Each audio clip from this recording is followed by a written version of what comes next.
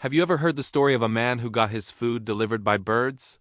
Well, long time ago in Israel, there lived a man named Elijah. Elijah loved God with all his heart and always listened closely for God's voice. Because he was so obedient, God used him to do some truly amazing things. One day, God told Elijah something serious. There would be no rain in the land for a very long time. This meant rivers would dry up and plants would wither. It was a tough lesson to show people that only God has the power to bring rain.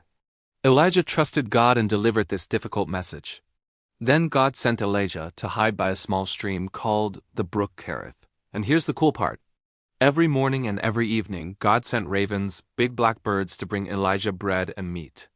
Can you imagine that? God turned birds into delivery drivers, making sure Elijah had his meals right on time. He never went hungry, but as God had said, the brook eventually dried up.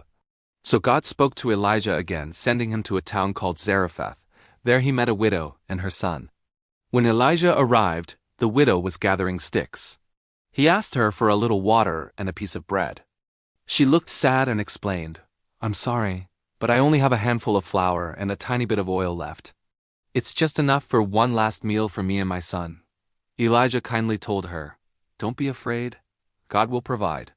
Make me a small cake first, and then make some for you and your son.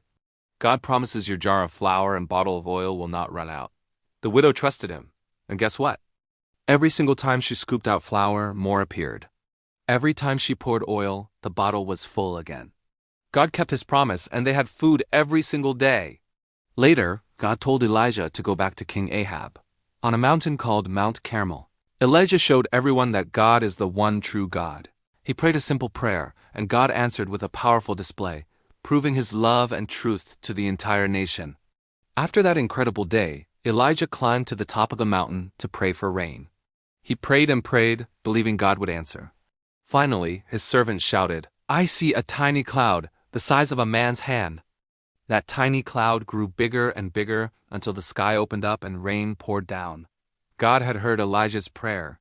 Through ravens, never-ending jars of flour and oil, and a tiny cloud that brought a big rain, Elijah learned that God is always close.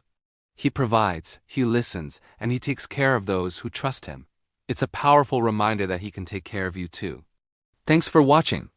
If you enjoyed this story, don't forget to like and subscribe for more.